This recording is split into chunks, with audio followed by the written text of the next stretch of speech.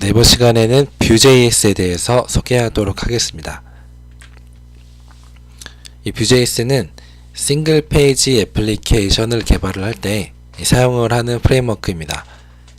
이 싱글 페이지 애플리케이션이 뭔지 살펴보기 이전에 일단 일반적으로 웹브라우저에서 이 웹 애플리케이션이 동작하는 부분을 좀 살펴보도록 하겠습니다.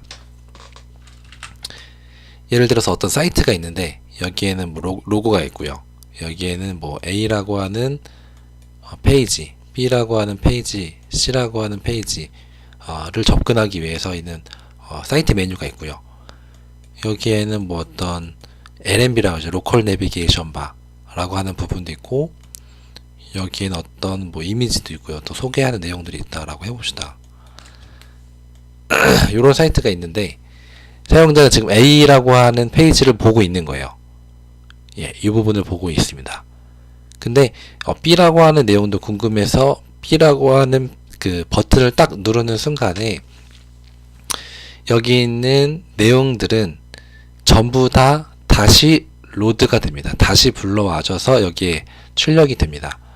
사용자가 실제로, 그리고 개발자가 실제로 의도한 부분은 여기 있는 내용만 변경이 되는 거예요. 예를 들어서 여기 있는 소개 내용이 그냥 B라고 하는 곳에 가서 B라고 하는 뭐 내용, 게시판이나 이런 내용들이 보여지면 되는데 여기에만 변경되는 게 아니고요. 로고, 메뉴 이러한 것들이 같은 내용이에요. 같은 내용이지만 다시 로드가 되는 겁니다. 이해가 되시나요? 이 순간 깜빡임을 느낄 수도 있고요. 그러지 못할 수도 있습니다. 이 캐시라고 하는 것이 있어서 굉장히 빠르게 동작하기 때문에 그 사용자가 그것을 못 느낄 수도 있긴 하지만 어쨌든 일반적인 웹 페이지에서는 이러한 페이지가 다시 로드가 되는 겁니다. 다시요. 새로 고침이 다시 된다. 이렇게 이해를 하시면 쉬울 것 같아요. 싱글 페이지 애플리케이션으로 개발을 하게 되면 싱글 페이지 애플리케이션을 개발해서 B라고 하는 버튼을 딱 누르면 여기 있는 부분만 변경을 할 수가 있습니다. 그리고 여기에 있는 어떤 버튼을 딱 누르면 여기만 변경하게 할 수도 있어요. 그러니까 그 index.html이라고 어떤 파일이 있다라고 하면은 그게 Vue.js 같은 싱글 페이지 애플리케이션으로 개발을 한 애플리케이션이다 라고 하면은 이 어떤 페이지 하나에서 깜빡임 없이 그 변경되는 부분 일부만 변경을 할 수가 있다 라는 부분이 있습니다. 그렇게 했을 때 뭐 장점이 뭐가 있을까요? 아무래도 다시 로드를 하지 않아도 되니까 속도가 빠르고 서버 쪽에는 어떤 트래픽이 줄어들 수가 있겠죠. 네, 어쨌든 여러 장점들이 있지만 대표적인 장점은 그렇게 될 것 같습니다. 그래서 이 부분이 조금 어렵게 느껴지실 수도 있습니다. 어떤 내용인지 감이 안 오실 수 있는데 이거는 이후에 그 강의들을 들으시면 충분히 이해가 되실 만한 그런 부분이라고 생각을 합니다. 어쨌든 Vue.js는 이 스파 싱글 페이지 애플리케이션을 개발할 때 사용하는 프레임워크다 라는 것이 정의로 이해하시면 될 것 같고요. 자, 첫 번째 특징은 낮은 학습 곡선입니다. 쉽게 이야기해서 이 프레임워크는 다른 프레임워크에 비해서 낮다, 학습 곡선이 낮다, 즉 쉽다라는 얘기입니다. 잘 몰라도 여기에서 이제 시작을 이렇게 할 수가 있는 건데, 다른 프레임워크는 요쯤에서 시작을 해야 되는, 여기에 비해서 요쯤에서 이렇게 시작해야 되는 프레임워크들이 있습니다. 뭐 대표적으로 이제 앵귤러라고 하는 프레임워크를 보자면 여기는 타입스크립트라고 하는 언어를 알아야 사실 개발이 가능한 부분이 있습니다. 네. 근데 Vue.js는 우리가 쓰는 자바스크립트만으로 또 충분히 개발이 가능하다 라는 부분이 장점이자 이제 특징이 될 수가 있겠습니다. 낮은 학습 곡선이라고 하는 것은 사용자가 접근하기가 쉽다 라는 것입니다. 두 번째는 가볍고 빠르다라는 것입니다. 이 Vue.js를 개발한 개발자는 에반 유라고 하는 사람입니다. 전에 구글 직원이었던 것으로 알고 있는데요.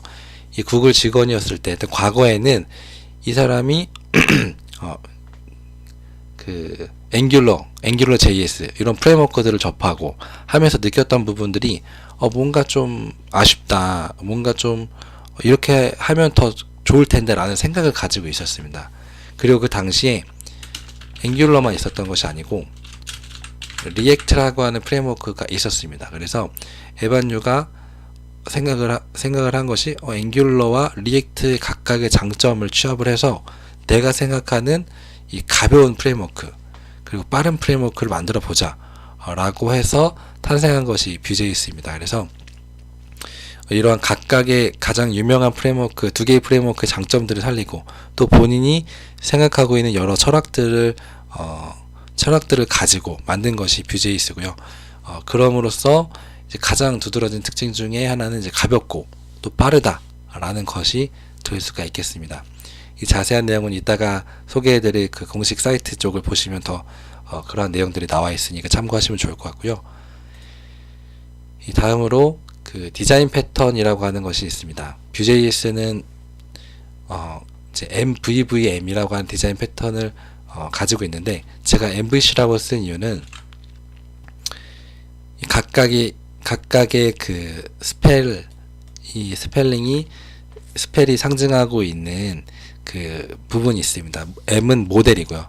V는 뷰를 나타내고 C는 컨트롤러를 나타냅니다. 근데 특별히 이 뷰에 해당되는 뷰제이스는 뷰에 해당되는 역할에 충실한 프레임워크다 라고 할 수가 있겠습니다. 그래서 이름이 뷰, 그러니까 위에 있는 뷰랑 아래에 있는 그 프레임워크의 이름의 뷰와 그 발음이 같습니다. 그래서 모델과 뷰, 컨트롤러의 각각의 역할이 나눠져 있는 어떤 소프트웨어 디자인 패턴에서 이 뷰, 사용자에게 출력하는 이 부분에 집중을 하겠다라는 의미로서 뷰라고 하는 이름을 지은 것 같고, 어쨌든 실제로 뷰제이스는 그러한 그 뷰 역할에 충실한 그런 프레임워크다.